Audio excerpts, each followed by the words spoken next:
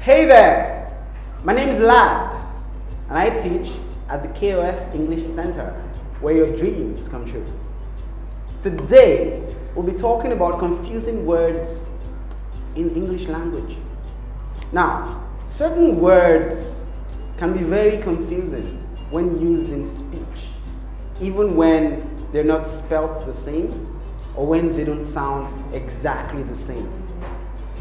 The first pair we're going to pick is accept and accept. When used in speech, they typically sound almost alike, even though they're pronounced slightly different from one another. Okay, let's begin with accept. Accept is spelled A-C-C-E-P-T,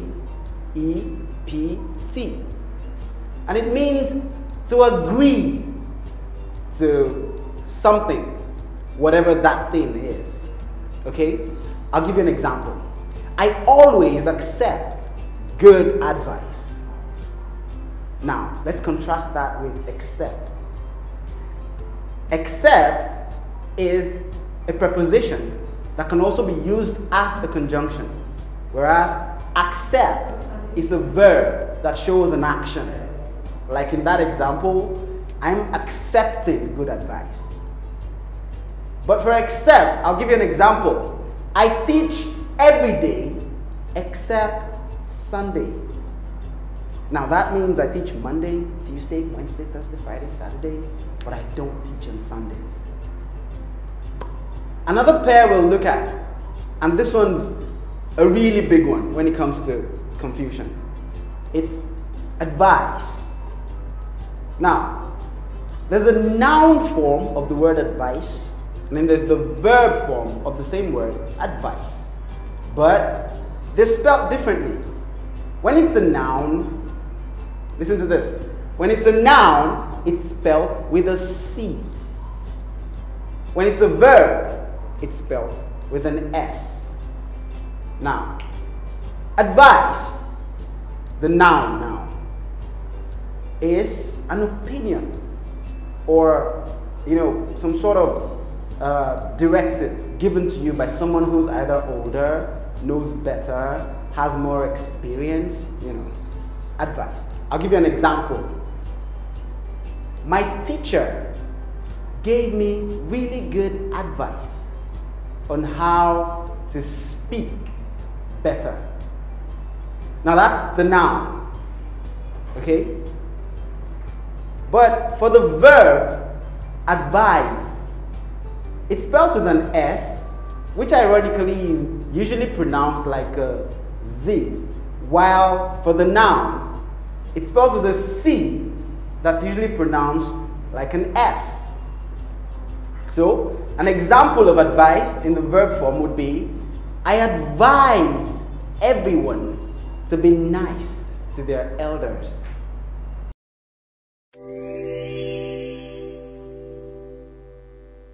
We're taking this new one. I have a phrase and a word. We have already, and we also have already.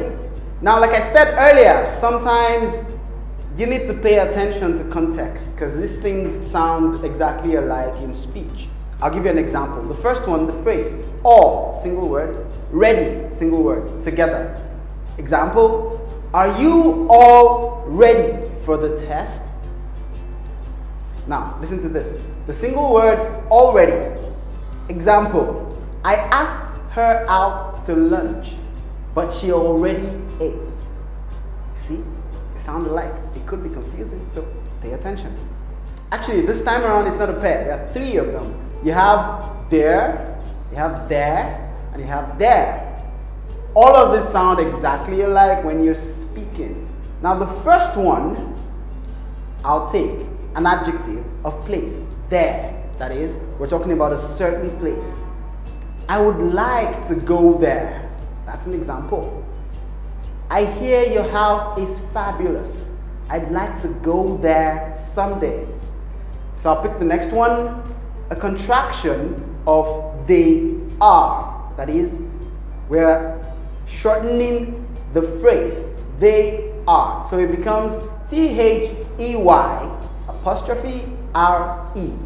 Now that's a contraction of they are. So instead of saying, for example, they are always surfing the internet, you could just say they're always surfing the internet. Now, and the last one is spelled T-H-E-I-R.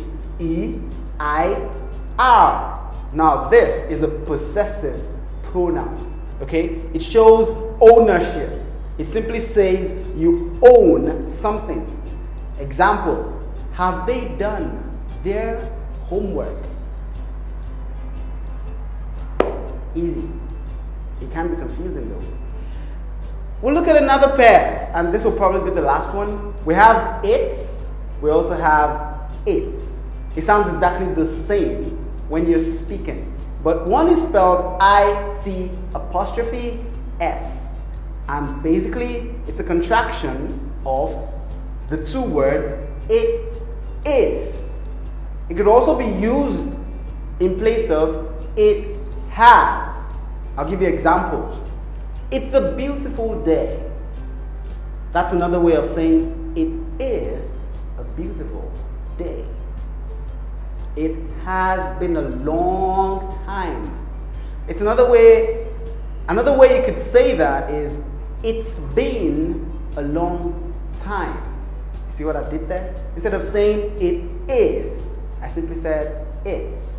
Now if you read that off a page, it would be written as I-T apostrophe S. But when you hear me speak, it sounds exactly like I-T-S, which means something totally different. I-T-S basically refers to ownership, a quality of something. Could also be described using this word it, I-T-S. I'll give you an example. The phone has lost some of its functions. Again, the phone has lost some of its functions. So till I come your way again next time, it's KOS English Center and my name is Lad. Bye for now.